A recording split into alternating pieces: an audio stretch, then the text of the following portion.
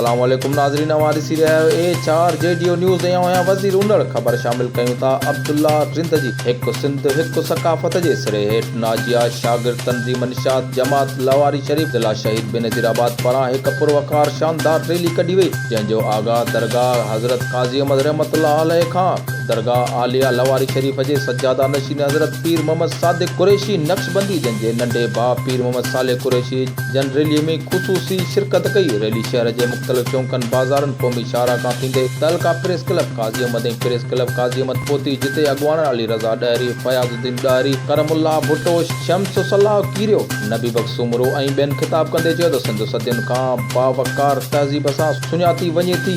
सिंधी क़ौम हमेशह प्यार ऐं मुहबत जो दर्स ॾिनो आहे। रैलीअ मथां दुकानदारनि मोहम्मद रमज़ान लाशारी, पीर अबू नासिर, परवेज़ मीमुण, फरीद अब्बासी, लालू अब्बासी समेत केतिरनि रैलीअ मथां गुलनि जी वर्खाए अजर कुंजा तोहफ़ा पेश कया। रैलीअ में जमात लवारी शरीफ़ निशात जे कारकुननि ऐं शहरनि वॾे तइदाद में शिरकत करे सक़ाफ़ती ऐं क़ौमी गीतनि ते रक़्स करे झूमिरियूं हुयूं, जॾहिं त रैलीअ में पाकिस्तान ज़िंदाबाद, पाक आर्मी ज़िंदाबाद जे अॻुवाननि अजर कुंजा तोहफ़ा पिणु पेश कया। वधीक ख़बरनि अपडेट लाइ ॾिसंदा रहो A4 JDO न्यूज़।